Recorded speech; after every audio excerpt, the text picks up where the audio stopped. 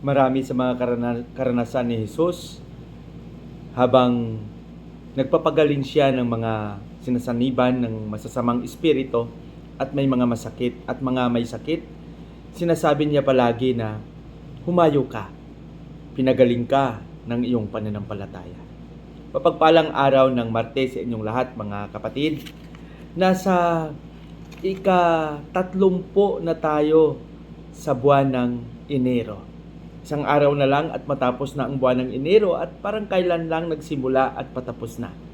Narito na naman ang inyong lingkod, Father Bob, isang paring Karmelita. Napakagandang pagnilayan ng mabuti ang mga isinasaad at pinapaabot sa atin ng ating inang simbahan gamit ang mga salita ng Diyos na ating naririnig araw-araw kung tayo man ay makiisa sa mga pagdiriwang ng banal na Eucharistia. Ang aking badalangin palagi ay maging mabunga at maging tapat tayo sa Ebanghelyo na ating naririnig at maipadama ito at maipahayag sa iba. Sa araw na ito mga kaibigan, ang ating pagninilay ay ibabahagi sa atin ni San Marcos, Kapitulo 5, versikulo 21 hanggang 43. Dito, si Jesus ay gaya ng sinasabi at naririnig natin yan sa mga pagbasa, lalong-lalo na sa Ebanghelyo, na maraming mga tao ang pumupunta sa Kanya. Iba't iba ang dahilan.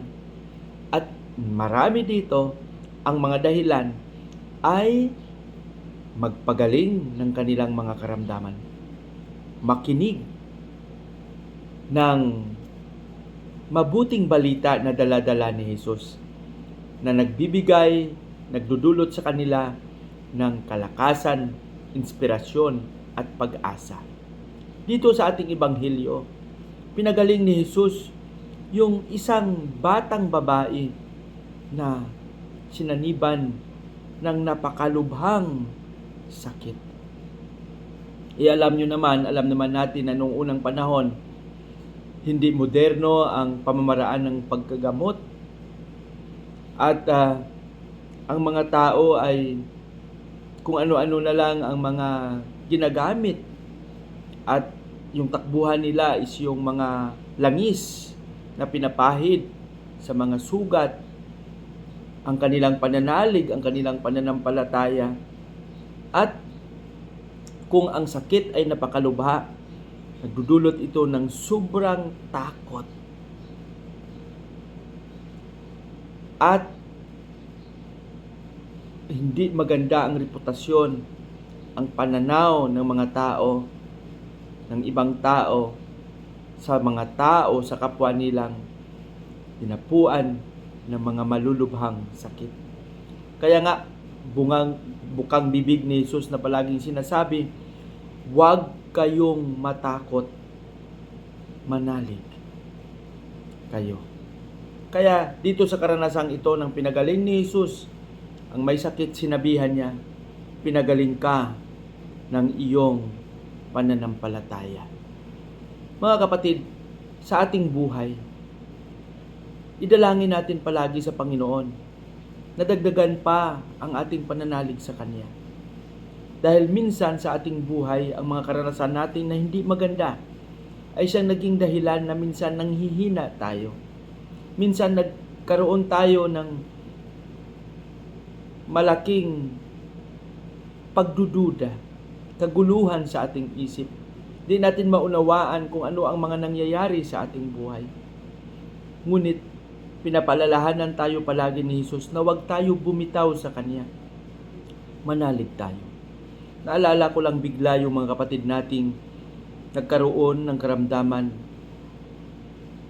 yung may mga lubhang sakit, lalong-lalo na ang mga nasa bahay pagamutan. Yung mga may sakit na nagdala at nagdulot ng lubhang pagka-stress, idalangin natin sila. Yung mga kapatid nating nawalan ng pag-asa, yung mga nanghihina, nanlamig ang kanilang pananampalataya dahil sa sakit na dumapo sa kanilang katawan. Idalangin natin sila na doon sa kabila ng kanilang paghihirap ay mapapatunayan nila at malalaman na ang Panginoon ay hindi humiwalay sa kanila. Hindi sila iniwan, na ang Panginoon ay nariyan sa kanilang karamdaman. Manalig sila, manalangin palagi na sa kanilang pakikibahagi sa mga pagdurusa na naranasan ng ating Panginoon, makamit nila ang tagumpay na kanilang minimithi, ang kagalingan at kalakasan sa kanilang buhay.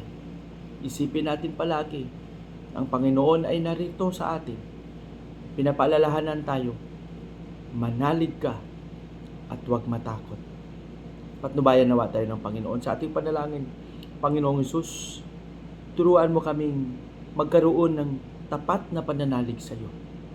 Kung wala ikaw, wala kami. Ikaw lang ang aming lakas.